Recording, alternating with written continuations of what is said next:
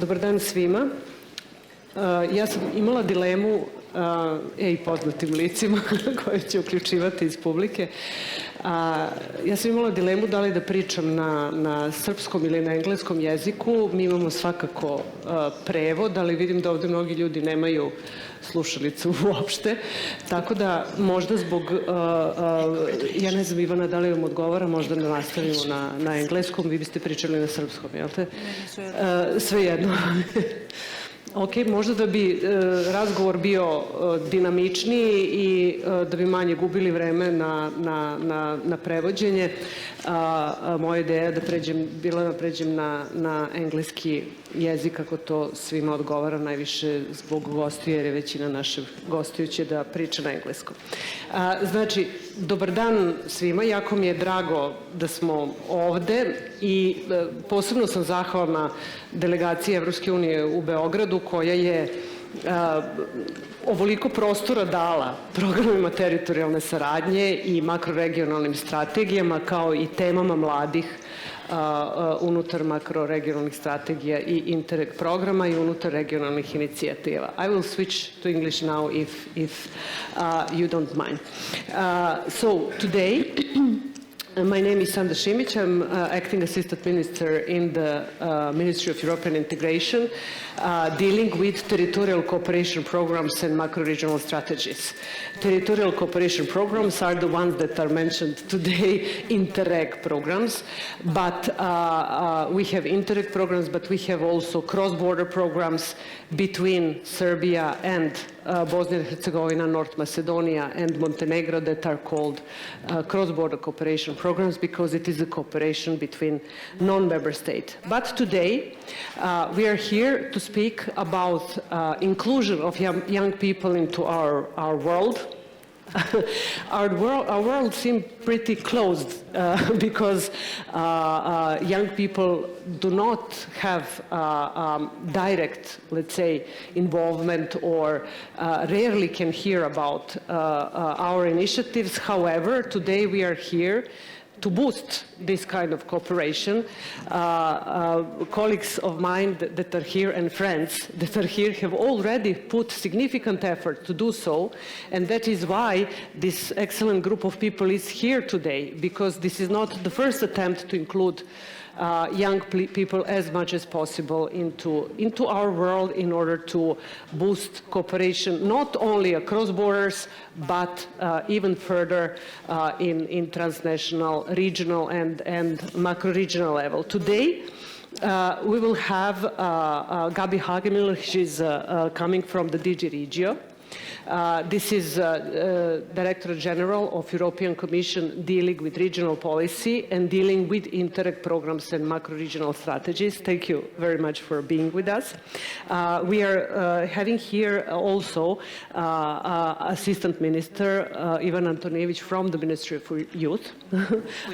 Let's use this easier name of the ministry for today's purpose. We have Martin Guillermo Martinez. He's General Secretary of Association of European Border Regions. You were here to just a minute ago to hear what association have been doing with us for a long time and what we'll be doing in the future.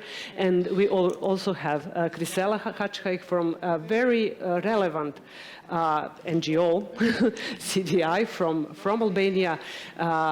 He's working on really many topics, but today, and she will present it, but today we are focused on what CDI was working in cooperation with DG Regio in the whole region for young people and youth. Some of you may have been here last year. It was just after the school shooting that we had, and we organized two very important workshops in Novi Sad and Belgrade in order to promote Interreg programs in Serbia. So first, I would like to ask Ms. Hagemiller to help us to understand how macro-regional strategies can contribute to connecting youth in the regions that macro-regional strategies are covering, since the EU strategy for the Alpine region has already set up Youth Council to associate young people to decision-making process within Alpine macro-regional strategies. In 2022, similar initiatives were set up in strategies for Baltic Sea region and Danube region. We have our representative in this Youth Council. And for the Adriatic-Ionia region is now ongoing. What are your experiences in setting up these youth councils and setting up especially Youth Council in Adriatic-Ionian regions? And how do you see the process of youth involvement in macro-regional strategies implementation? Thank you very much, Sandra, for the invitation and also for the opportunity to share a few thoughts about why we think it is important to involve youth in macro-regional strategies. Now, you've mentioned the Alpine, the Baltic Sea, the Danube strategy, and the Adriatic-Ionian region. Political leaders have established those EU macro-regional strategies to enable better cooperation. Better cooperation, of course, across borders, but also across sectors and across governance levels in what are closely connected geographic regions with very much common needs and common challenges. And of course, for all policies, active participation of civil society, of local communities, of citizens is absolutely essential. Why? Because good policy making involves those people who are affected by the policies. And this is especially relevant for young people, of course, because any policy will affect the region they will live in, their future. As you've mentioned, in the Adriatic-Ionian region, we're in the process of setting up a youth council. The decision to do so was already taken in 2022. What followed was a long consultation and decision-making process on the details of how this youth council should take place. There was a big public consultation, with youth organizations, also a lot of comparing how do the youth councils in the other macro-regional strategies look like, how do they work. And those details refer, of course, to the composition of this youth council, the mandate, the selection process, and so on. So this year, in spring, a call for applications was launched, and 78 eligible applications were received, young people who expressed their interest to be part of this youth council in the Adriatic-Ionian region. And the assessment has been going on, and we hope to be a few days away from the final decision on the final list of youth council members. How will this youth council look like? There will be 2 representatives from each of the participating countries in the Adriatic-Ionian region at the age of between 18 and 29 years old. And this council should, of course, reflect a balanced composition, balanced in terms of gender, also rural and urban origin in terms of age, and also thematic expertise and interests. At the European Commission, we very, very much hope that there will be soon an inaugural meeting for the Youth Council to constitute itself. This process, I have to admit, took a little bit longer than we would have hoped for. It's cooperation. Exactly. In German, we say, a good thing often needs a long while, and then it's good. So we, of course, very, very, very much welcome the establishment of this Youth Council. We think that in the Adriatic-Ionian region, we can give a bigger role to empowering youth, and young people must be part of every aspect of this regional cooperation. And this Youth Council should really be involved in all future activities and also all thematic areas of cooperation of the strategy to ensure an integration of the youth perspective, to ensure that the ideas, the fears, the worries, the concerns, and also the ambitions of young people are reflected in the strategy. Ultimately, in a strategy that affects their future, the region that they will be part of. So once this Youth Council is established, I would definitely encourage also the young people and youth organizations here in Serbia to link up with your representatives, because they are important advocates for youth issues within the Adriatic-Ionian strategy. They will be represented in the different governing institutions, the different governing and thematic bodies of the strategy, and involve them also in your activities, reach out to them, help to build their awareness of your issues, the issues of your peers, your communities, to make sure that they can represent also your views. Now, that said, the Youth Council of the Adriatic Ionian region is, of course, not the only platform for young people to get involved in the macro-regional strategy and in territorial cooperation. And we've seen, and the EU has also supported, a lot of different initiatives that have achieved very important milestones in empowering youth, and I think some of them are very well represented here today. We've heard already about Intereg Volunteer Youth Program, that empowers young people to volunteer and support Interreg projects and programs, and of course take away this cooperation spirit and be part of the ambassadors for territorial and cross-border cooperation in the future. The Cooperation and Development Institute in Tirana, we have Grisella here today, they've done a great job in raising awareness among young people of the opportunities within the Adriatic and Ionian strategy. And also raise the awareness of Interreg programs and authorities, or program authorities, of how they can involve youth and how they can understand young people's needs and incorporate them into their decision-making. There's also been the INUREC initiative, which brought together young people and youth organizations from the region in a lot of youth events, youth conferences. They organized an internship program and a summer school. There's POPRI, which offers learning and support opportunities to young entrepreneurs through technology parks. And that will actually become a flagship project within the revised action plan of the Adriatic Ionian strategy. So I think all those initiatives are an important testament of how strongly committed the European Commission and the EU member states are to support the involvement of young people, notably in the Adriatic Ionian region. And they should serve as an inspiration, of course, for the work of the future Youth Council, and just as much as, of course, the lessons learned from the youth councils of other macro-regional strategies do. So I think the political commitments are there, and it will be now up to the strategy stakeholders from the national and from the regional authorities to open their discussions and their minds, in a way, to the wisdom and the ideas and the perspectives of young people, and consider them in their policy and decision-making. And, of course, it's up to the young people to claim this space and to make their voices and their ideas heard. Thank you, Gabi. It's a very good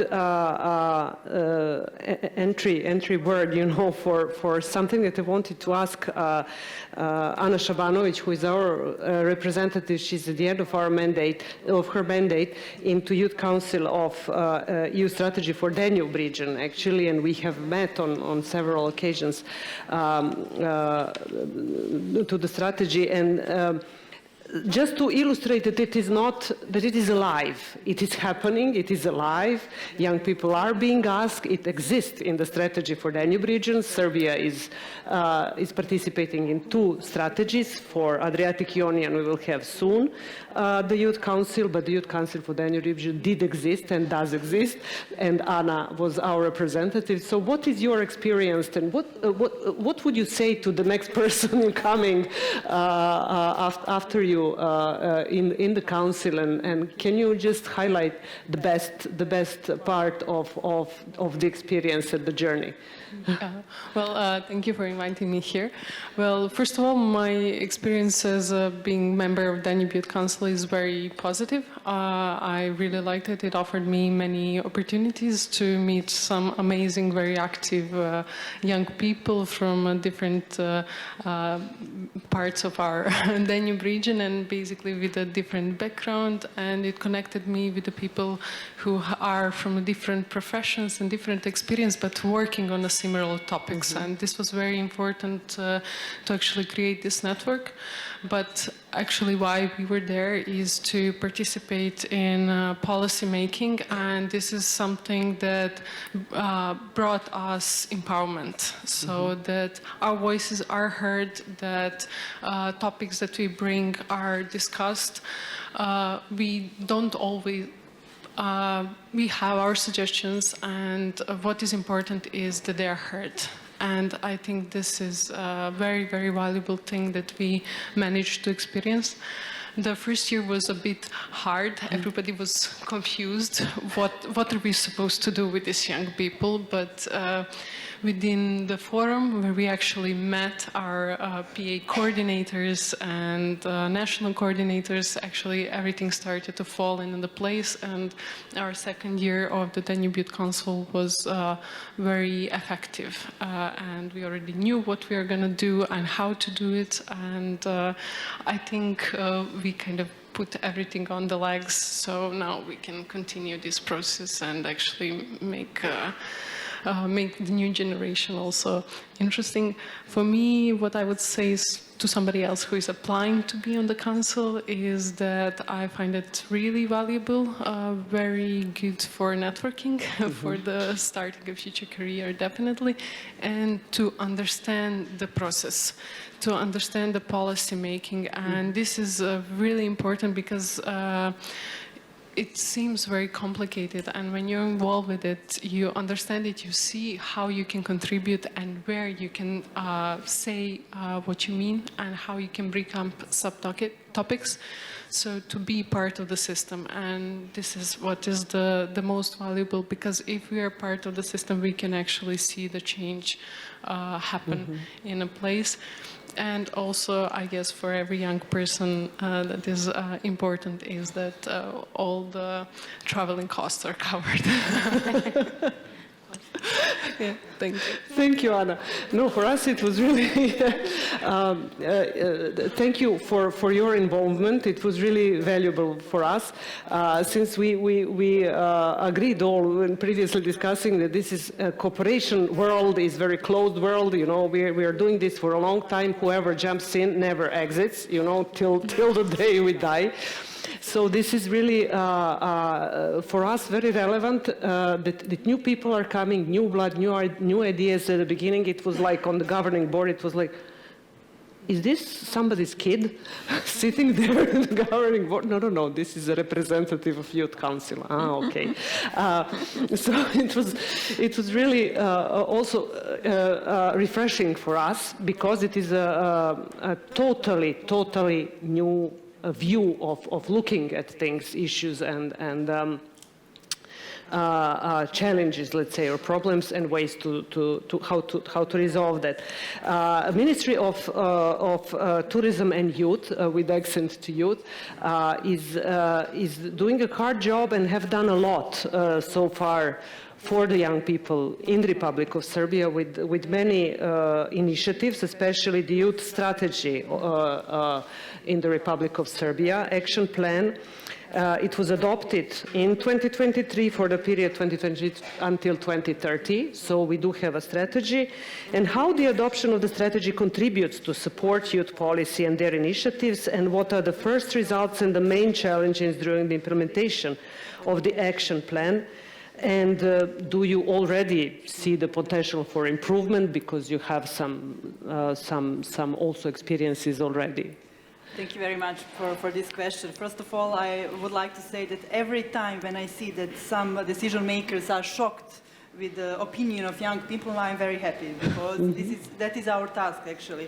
I mean, Ministry of Tourism and Youth is actually a ministry that is in charge for youth policy in Serbia. And you mentioned, my colleague mentioned a strategy that is adopted last year, and I would like to say in the first sentences that is actually a strategy of the government of the Republic of Serbia. It's not a strategy of one ministry, it is a strategy of the whole government of the Republic of Serbia, and the only way to succeed and to achieve everything what is written in the strategy is actually to have cross-sectoral cooperation and to have really concrete cooperation between different ministries, different resources and fields, in order to see young people as the focus and as something that is the most important resource that we as a country have. So we adopted a strategy last year, and we already have 1 year of implementation. So we did also the first report, and we have some also things that were challenging for us and that we will be working more, but also there are some things that with which we are very, very happy. Unfortunately, due to different circumstances and the tragedy that you also mentioned last year, that we had last year, some focused were, we had mental health in focus last year. So we developed a special program for mental health of young people. We were involved also in cooperation with other ministries and UN agencies in planning new plans, how to reach out young people, how to speak about mental health, and how to actually to have all of us aware how this topic is important. But when it comes to strategy and goals, this is not the only goal, of course. The focus was last year on this goal, but in strategy we have 5 specific goals. For us, it's very important also to mention that the strategy for youth is aligned with all European strategic documents, also with all documents from UN system, and really we tried in creation of strategy to involve young people from the very beginning.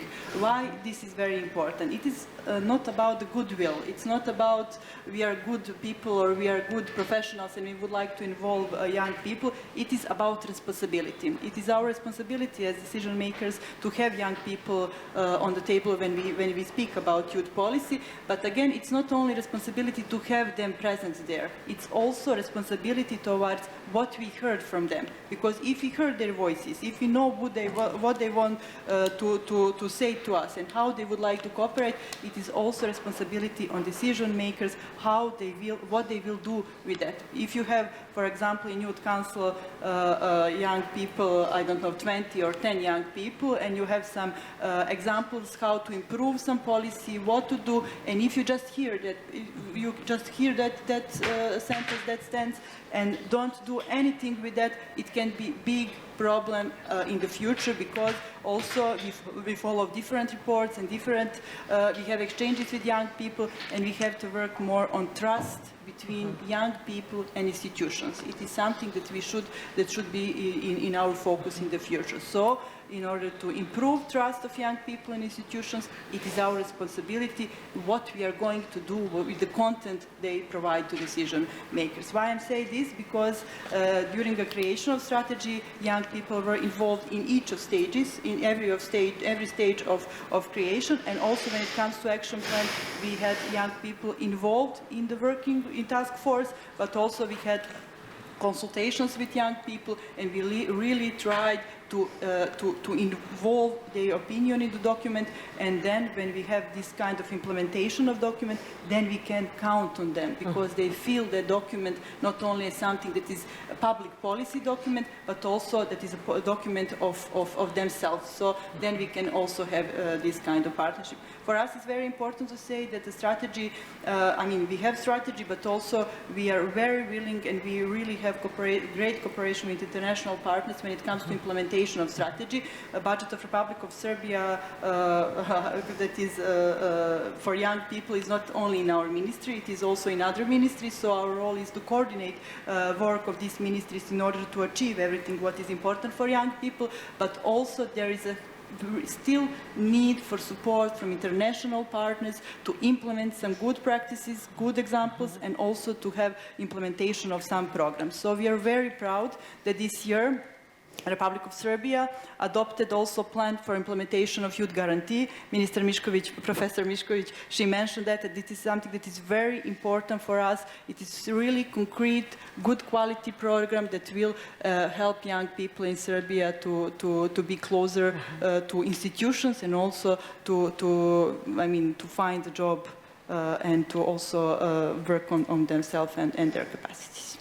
Thank you very much, Ivana. Can I say, Ivana? I'm so proud now, that we have such extraordinary people in the ministry and in the institutions, because that's exactly what we have seen also, that young people do not have trust in institutions. For them, it is stiff, boring, and they even do not want to engage into any kind of discussion or interaction with institutions, because they have a great prejudice. But there is no but. It's very good that the guarantee scheme is existing. There are a lot of funding programs, but also Intereg programs are one of the funding. Intereg programs are financing many cross-border transnational projects involving youth. But macro-regional strategies are not only a political platform connecting people and networking, etc. It's an opportunity also for the young people to get acceptance of their actions and their activities. So Adriatic strategy for Adriatic Union region had this initiative, and Gabi have mentioned it's POPRI. She mentioned POPRI. I don't know if you have heard it in her addressing to you. It sounds weird, what is POPRI, but it is a word. It is a ceremony or evaluation of youth entrepreneurship ideas that are submitted to one body that is deciding on the best projects, and we are very proud. And this is very alive. It is not like blah blah political something. It is very much alive. Young people are entrepreneurs, you know, although they're very young. It doesn't mean that they're out of ideas or that their ideas cannot be heard. So actually, it was in 2023, Tamara Živanović and Duška Rakin, I have met them in airplane in the airport when coming back. They received a reward for the best entrepreneurship project for a yogurt made of almond milk. Am I right? So I would like to give a floor to them just shortly to present their entrepreneurship idea, who was awarded in the framework of POPRI competition on Adriatic Union region. So I have to remind you, it is not only Serbia, it is regional. It is also including, Serbia, Bosnia and Herzegovina, Croatia, Montenegro, Slovenia, Italy, Greece, now North Macedonia and San Marino as well. So a lot of countries and kids from a lot of countries have participated with their entrepreneurial ideas, and they were one of them. They won the first prize. So could you tell us about your experiences in the whole process and a little bit about the product as well? It's called Vejo. There. Tu ste. No, it's just a microphone will be brought to you.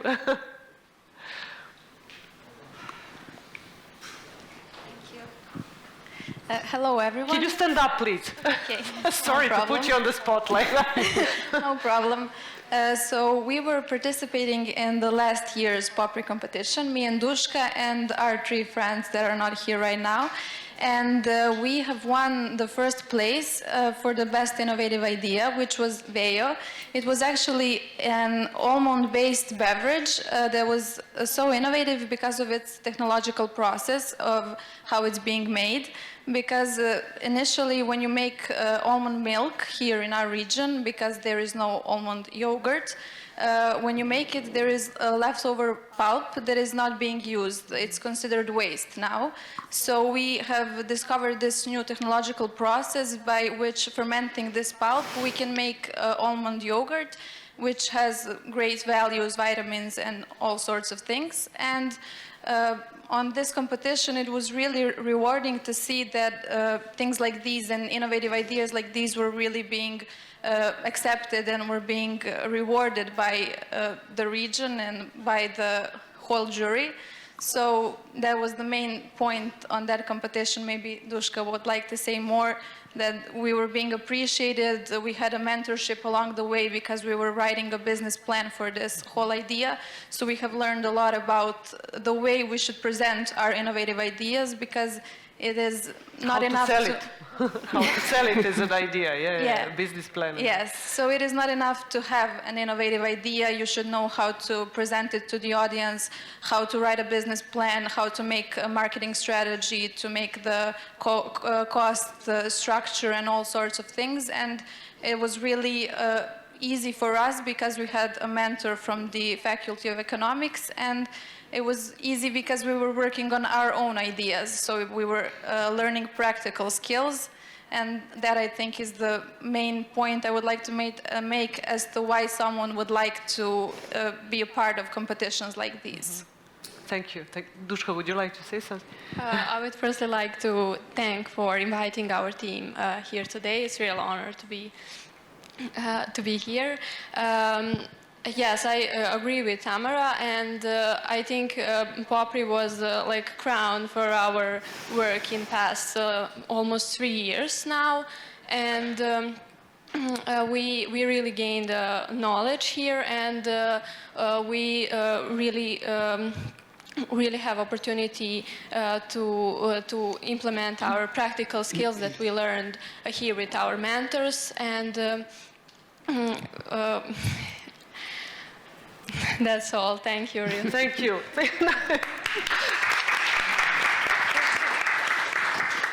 Am I not proud? Girls, thank you very much. I'm especially proud that you're girls in the team, I think. It's really a privilege to have you here, and thank you very much also that one project from young people in Serbia have won the first award, and I would like to just give you the best wishes for the future ingenious ideas that you will have, since obviously you have a lot of capacity to innovations. It is a good entry point for what I wanted to ask my friend and colleague from many years, Krisela Hačkaj, since Albania is in the Adriatic-Ionian region, and also Albanian kids were participating in this competitions. Strategy and Intereg programs are providing a lot of opportunities for young people, and with additional project that the CDI was doing last week in cooperation funded by DigiRegio, we have found out a lot of things about what youth want, what young people want, and what is the situation in the region. After the series of workshops organized for young people and Interreg programs organized by the CDI last year in the whole Western Balkan region, can you tell us what kind of improvements have been made? What are, after 4 years, following the manifesto of young people for the young people, and I don't know if you know at all that you have youth manifesto that is live and implementing for 4 years. The visible changes in youth involvement and what opportunities can Interreg IPA programs and macro-regional strategies bring to the youth in the region? Thank you, Sanda. First of all, thank you for having me, for the invitation. It's good to be back in Belgrade. Always good to be back in Interreg family, so very happy about it.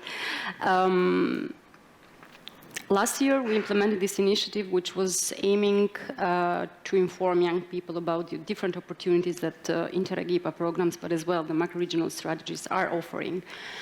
And we did actually select an approach which was kind of aiming to not just organize everything in the capitals, because many things happen. We are in Belgrade today, but a lot of things happen actually in the cross-border cities. In a nutshell, we basically organized in a period of almost 7 months, so it was quite intensive, 22 activities in the Western Balkan region, including San Marino, which is, let's say, the latest country that entered the macro-regional, the EUSER strategy in 2022, if I'm not wrong. So all in all, 22 activities, 14 cities. 14 cities, so it was a tour, 7 countries. We mobilized 23 Interreg IPA programs and IPA program, as you mentioned before. We also have those programs between candidate or potential candidate countries in the region. The macro-regional strategy, we try to involve them, to bring them closer to young people, so to the audience of our activities. And overall, we reached out to 650 young people which were present in our activities, which had the opportunity to hear on first-hand and from the first, let's say, line sources about what those programs are, what those macro-regional strategies offer for them, and what are the entry points. Because at the end of the day, it's about understanding where do you fit basically in this picture. what we discovered was that young people didn't know at all, basically. This was the majority of young people. We asked, I remember in Budva, raise your hand, who ever heard of Interegu program? Nobody raised his or her hand, and in different cities also happened the same thing. So there is very little knowledge by my young people about those programs. However, we tried when we built those activities to involve also the government representatives, and here I'm very, let's say, thankful for also your cooperation and partnership of the Ministry of European Integration of Serbia last year when we organized the events you mentioned in Novi Sad and in Belgrade. The governments in the region and, of course, the authorities in charge for those programs recognized the importance of such approach, and they basically supported us in each and every activity we organized, being there present, and being there to explain with their way of explaining, let's say, the Interegu complex system to young people, which of course is also something that should be worked. They all shared the necessity to find systematic ways of involving young people in the program. Today we saw a concrete example with a signature and a clear also follow-up of that approach we had in mind and the Commission had in mind when entrusted us with this project, to basically follow up and not just, let's say, gather them, but eventually work with them on a daily basis. So we found little knowledge. This is the first thing. Volunteering was very interesting for them because they are all in either studying or in the first steps of entering the labor market. So for them it was very important to have information about what opportunities can we have to make a stage or to do an internship nearby a local authority or even central authorities.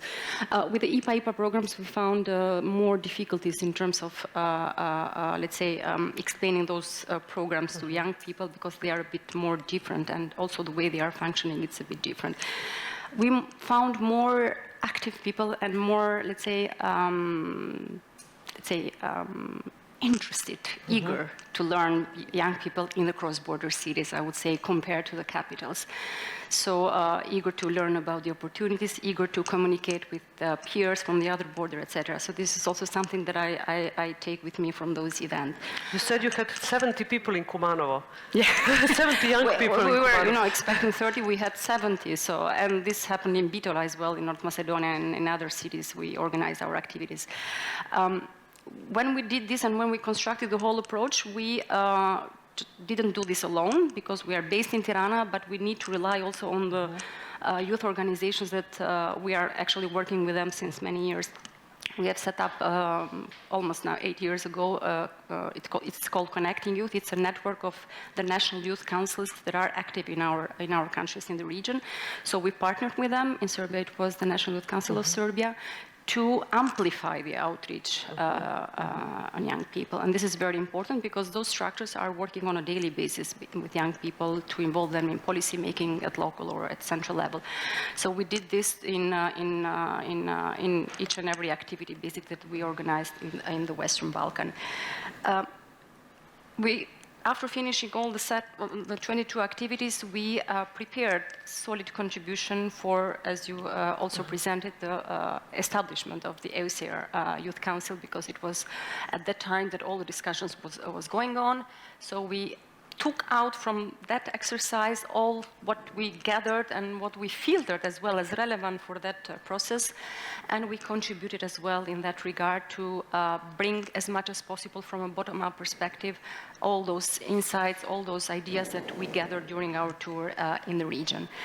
Now, one thing is to have the momentum and to have contributed to it, and we are very happy about that, but another thing is to sustain it and to be systematic in the follow-up with young people, because it was mentioned, trust is one issue, it's a problem that we have, and you have to work on almost on a daily basis with young people in order not to lose them. For us, it's a matter of creating for them the right conditions for them to have the freedom to stay in the region, because all the countries are facing a very huge problem of migration, and this is the main concern about when you talk to young people, of what employment opportunity will I have, what development opportunity will I have, so this is their main concern, basically.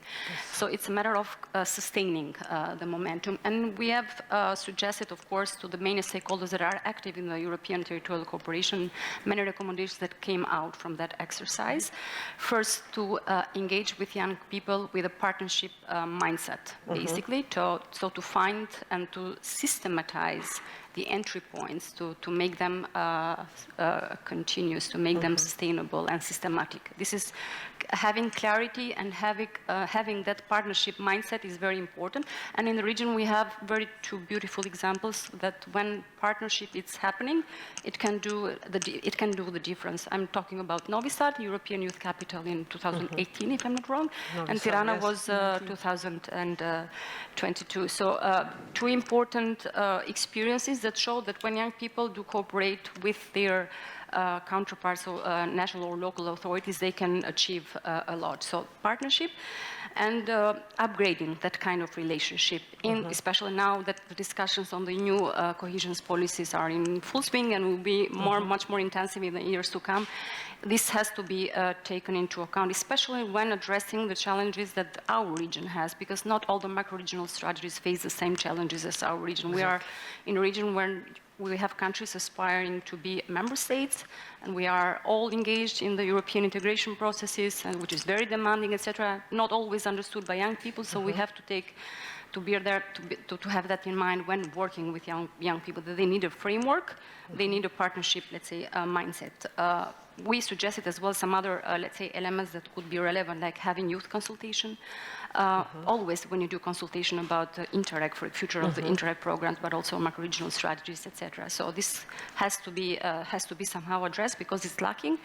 That's why we don't find very, let's say, interested young people in those processes, because they find them not speaking with their words, basically. So we need to have also that youth impact assessment when eventually in each and every European territorial cooperation instruments you think of a policy or of an action that has an impact of young people, then you have to assess how that thing will impact young people. So having those tools incorporated may make a difference. This is very important, the youth impact on youth. Yes, at the EU level it's already happening in many member states, and it should be like becoming a mainstream thing, and should as well. And I know the youth sector in the region is already working and engaged to have that reality also in our countries. So I think there are also activities going on in that regard, but it's a reality already going on in many member states, which is good. Last, and I will finish because I don't want to be long and take time, but at CDI we very much, let's say, promote this accession before membership approach. So creating the possibilities for the stakeholders, societal stakeholders, to be benefiting already from the European project before becoming members. This has to be visible and this has to be felt, because otherwise we face that detachment that we have in our countries. And first and most important is the gradual access to the, let's say, cohesion toolbox, which we have access to some of its instruments, but we need to expand it a bit more, to have more development, let's say, focus in the enlargement projects in general, because we feel it's not enough, it's not sufficient, and we need that kind of driving force behind. We need to make the citizens and enterprises feel the differences that the cohesion programs are producing in our territories. And we need the partnership mindset and principles being front-loaded, because we have some, but we need to have more of that in our countries to feel the local cities and the local authorities be more present when it comes to the opportunity they are delivering for their citizens, and already involve our countries in the discussions that are already ongoing when it comes to the preparation of the new era of EU policy. So I'm talking about post-2027. The sooner we get familiarized with what this EU bubble is about and how they will impact our countries and our citizens, the better it is for us, and the better we prepare ourselves to become prepared member state and exercise fully the rights and, of course, have the maximum of the benefits once this will happen. Yeah. Thank you very much, Grisela. I'm very happy, to hear how what is an outcome and conclusions of what you have done. Very difficult, hard job in the framework of this project. That it is aligned with what the ministry is also doing and taking into account and listening within the process of implementation. So I'm happy that you two met now and looking for the future cooperation as well and taking the outcomes and outputs of the project into also what the ministry is doing, but I can see that it's pretty much going into the same direction. It is, as you said, Grisela, a great investment, not to ignore Interreg projects right now or CBC projects or in be involved in macro-regional strategies, because it is an investment for young people, not only to be part of the future structures that are implementing the programs, but also to learn how to get the project, implement the project, vocalize or articulate your idea, etc. And what I want to underline, what Grisela said and Martin will mention as well, DigiRegio, when preparing new set of regulations for the period after 2027, is asking young people about it. I would like to also ask Strahinja Vasiljević, who also in 2024, there you are. I haven't met you, actually I printed your photo so I can.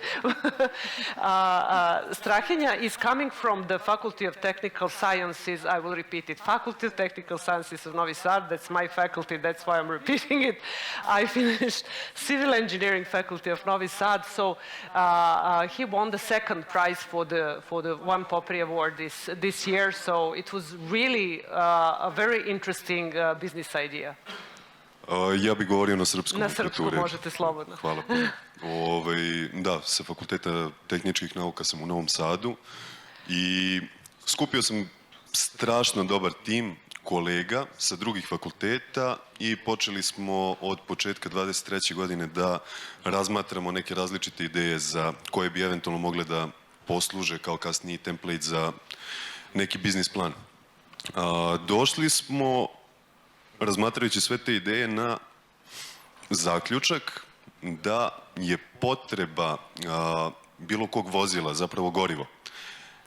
Uloga vozila jeste da vas preveze sa jednog na drugi kraj, ali je isto tako uloga goriva da obezbedi da zaista stignete od jedne na drugu tačku. Tako smo počeli razmišljamo i sa nekih malo više sofisticiranijih rješenja došli smo na ideju o hrani i na isti način pristupili ovom problemu. I vidjeli smo da postoji velika potreba za proizvodnju zdrave organske hrane na zdrav i, ajde da kažem, cirkularan način. Na taj način da nema toliko otpada koji se samo gomila, već da vidimo kako možemo da ga iskoristimo. Tako da smo došli jednom solidnom analizom koju smo izveli do nekih zabrinjavajućih podataka o otpadu u toj industriji hrane, odnosno u otpadu koji se pojavljuje upravo u trgovinskim lancima. Počeli smo da razmišljamo kako bismo to mogli prevenirati i došli smo na ideju da napravimo sistem ili da unapredimo sistem za proizvodnju organskog đubriva koji će omogućiti upravo taj jedan zatvoreni krug cirkularne proizvodnje i konzumacije hrane. Organske hrane koja je proizvedena na ekološki, zdrav i sustainable, održiv način, tako da će moći da unapređuje svaku od tih tačaka, svaki od tih činilaca tog jednog kružnog sistema. To je znači otpad koji dođe iz lanaca samoposluga, supermarketa, prošao rok trajanja, je li tako? Tako je. Prošao rok trajanja, šta uraditi sa tima da bude korisno? Pošto smo imali malo više vremena, tu ideju smo proširili, tako da i ono što već postoji pokušamo da unapredimo. Probali smo i mislim da smo uspjeli svojim patentom da dokažemo da možemo od otpada iz trgovinskih lanaca, organskog otpada, naravno u pitanju su voće i povrće uglavnom, također onog dela otpada koji obuhvata papir ili karton, do organskog otpada sa farmi, poput farmi konja, farmi zečeva ili farmi krava, koje su nama i cilj kada bismo eventualno krenuli u implementaciju ovog našeg rješenja. Da uspemo da kroz naš proces proguramo svo to đubrivo i da kreiramo stvarno ono organsko đubrivo koje bi kasnije moglo da se vrati u čitav taj sistem, da oplemenjuje zemlju, da kasnije dobijamo hranu koja je na organski način, korišćenjem zdravog đubriva proizvedena i kasnije dovedena do samog potrošača, odnosno kupca. I projekat se zove Humorganics. Projekat se zove Humorganika, da. Humorganik. Hvala puno. Hvala vama. Puno, Strahinja. I molim vas da... This is really very interesting process. I'm happy to see that our faculties in universities are producing still this kind of young minds that are willing to use their knowledge for the best. This is also a very good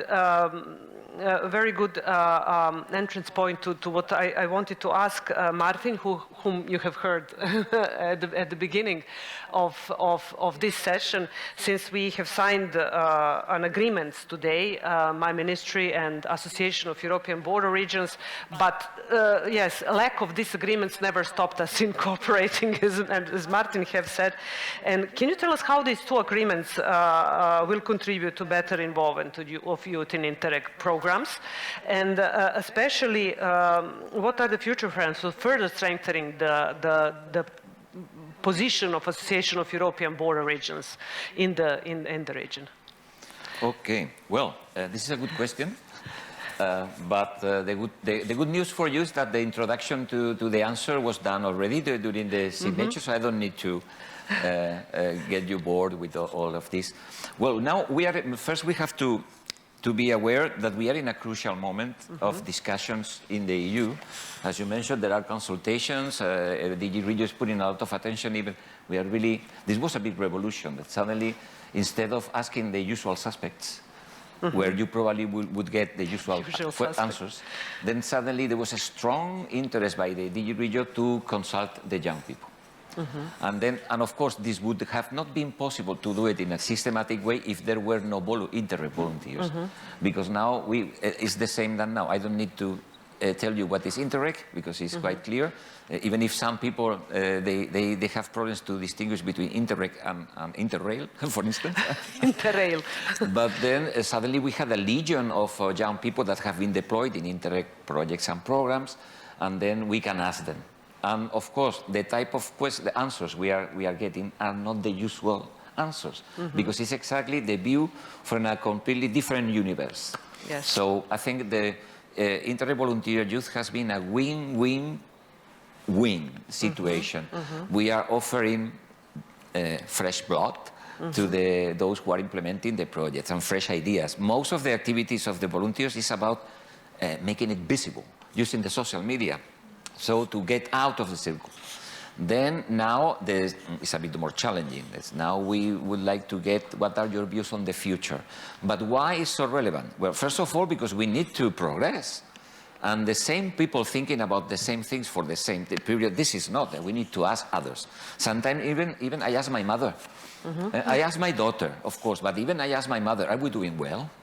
And then I ask my daughter, what should we do in the future? So this is now what we are trying to do together with DG Regio, just to look a little bit into the future of Europe, where we are sure that territorial cooperation is going to have an enormous, it's going to be an enormous advantage, but it's an enormous challenge.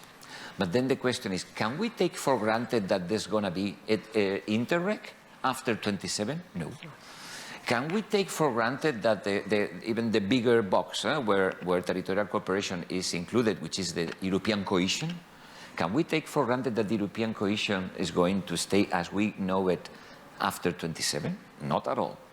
Why? Well, we listen to these discussions in Brussels and in the member states. There is a growing voice that we need a common defense policy. Okay, I can agree. But we are listening to, we need a common foreign policy since the 90s. And we don't have a proper common policy. So there are many policies that we need them to be common, otherwise they will be irrelevant.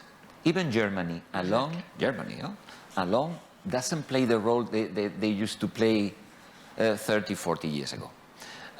Now we have to go together. The competition is enormous, and the European Union is a construction that has a lot of potentialities. But do you know what is the budget of the European Union? Well, it's around less than 2% of the GDP of all the member states. 2%, and because it was double due to the COVID pandemic. But the discussion in just a few months before the starting of the pandemic that we were discussing, the current period, I remember that the big issue is, should we reduce 1% or 10%? So they wanted to go below 1% of the GDP. Do you think that we can talk about common defense or common foreign policy or common whatever with 1 or 1.1% of the GDP? Of course, what I'm going to say, I can say it because I'm not representing the EU, and I'm representing the members, which are the border regions. But we want more cohesion. We want a common defense. But we want really common public services. I want someone in niche to have the same opportunities than someone in Barcelona. Yes, because this is the way it should be. Because I consider that Serbia is already part of the game, of course. And then we want to get this cohesion of all territories, not to divide what we have with all of us and to share. No, we want to be the top leaders on innovation. We want to be the top leaders on democracy, on human rights, on opportunities. We want to be the place where everybody wants to come to learn and even to put their own. But to this, we need much more. So we need a stronger budget. But this is not going to happen next year. So that's why we are going to face an enormous competition between the mainstreaming priorities of the member states and what it should be the mainstreaming priorities of the EU. And this is not always the same. So are they going to increase the budget of the EU? Maybe a little bit. But then there will be a lot of forces. So that's why we have to provide now arguments to show that the cohesion policy is much more important than any other policy. If we are going to build up a Europe that is going to grow a little bit with new member states, hopefully, in the midterm, I hope to see it. We do as well. And even I don't believe in Brexit. I think this is an anomaly. But Britain will come back. They will come back. I hope to see it that even I'm sure as well. Perhaps after Serbia. Let's do things properly. But then we have to grow, then we have to be ambitious. But then to be ambitious, we have to provide good arguments. That's why consultations to the young people on elements which are really, the young generations are going to be the ones implementing the next EU. So we need to know what are their priorities, because if we are still thinking that the priorities of Jean Monnet 70 years ago, we have to interpret them for the next generation, we are wrong. I have no idea on how to make a good use of new technologies. You, the young people, you know how to do it. That's why we have to, not to ask you, we have to give you the tools and you have to implement it. This is what we have done with Interreg Volunteer Youth, and now Interreg programs and projects are much more present in the media and are better known. Still, there is a lot to do, but we know that this is the way. That's why your contributions to this are going to be crucial to prepare arguments, to defend the cohesion policy that is going to be implemented in the coming years. And if we are able to show all the levels, the national, the European is already convinced, I hope, the national, the regional and the local, but particularly the cross-border levels, that the cohesion policy, it's the instrument they have in order to make better life for their citizens, then the other things will come. Then we can discuss about the common policy. Perhaps if we do a good policy across the borders, we don't need so much defense, and then a little bit more of joint thinking and going together. I'm going to say something crazy, but I don't believe that the state of conflict could be a good environment even for those who are provoking the conflict. We have to be able to remove conflicts and to address the real priorities. We have a problem with the nature. The earth is saying, look guys, you are making a big mistake. We have also some commitments in order to provide better services to all the citizens.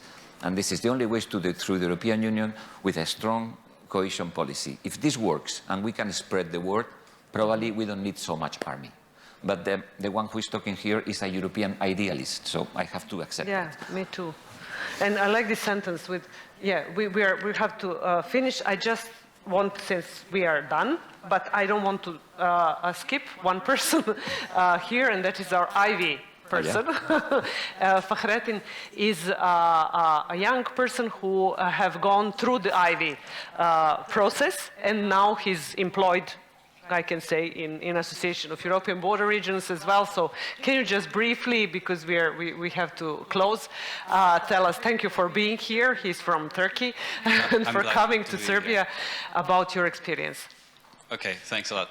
I'm Fahrettin, and I volunteered in IB for 6 months in Marseille as a part of the Intereg Euromed Joint Secretariat. Oh, it was Euromed. Okay, we wondered, yeah. Mm-hmm.